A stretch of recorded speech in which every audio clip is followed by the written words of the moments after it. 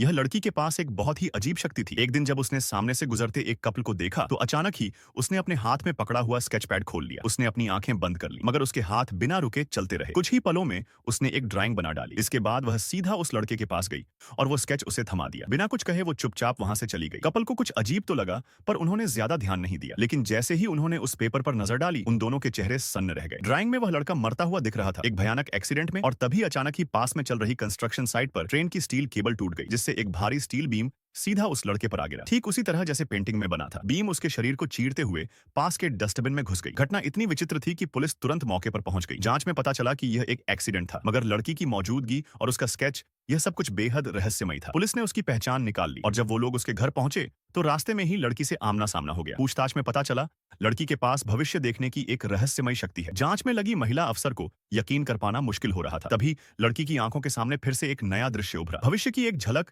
वो जगह अब तबाही का मंजर बन चुकी थी। हर ओर लाशें बिखरी पड़ी थी। कुछ तो धमाके से हवा में उड़ते दिखे और फिर उस खौफनाक दृश्य में उसे एक साइन बोर्ड नजर आया। जैसे ही उसका ध्यान फिर से वर्तमान में लौटा, उसने वह सारी बात अफसर को बता दी। भले ही यह सब सुनने में पागलपन जैसा लगे, लेकिन सुबह जो स्केच उसने बनाया था उसकी सच्चाई अब किसी के लिए भी इनकार करना मुश्किल था। लड़की ने जो नाम देखा था उसके आधार पर पुलिस उस जगह पहुंची और जैसा उम्मीद थी, वहां एक अंडरग्राउंड पार्किंग में उन्हें कुछ संदिग्ध नजर आया। जैसे ही उन्होंने वैन का कपड़ा हटाया, पूरी वैन विस्फोटकों से भरी हुई थी। खुशकिस्मती से यह सारे बम लोकल तरीके से बनाए गए थे, जिन्हें डिफ्यूज करना ज्यादा मुश्किल नहीं था। इस तरह एक विनाशकारी हादसा जो भविष्य में होने वाला था, वो वक्त रहते टाल दिया गया। नेक्स्ट पार्ट के लिए चैनल को सब्सक्राइब करना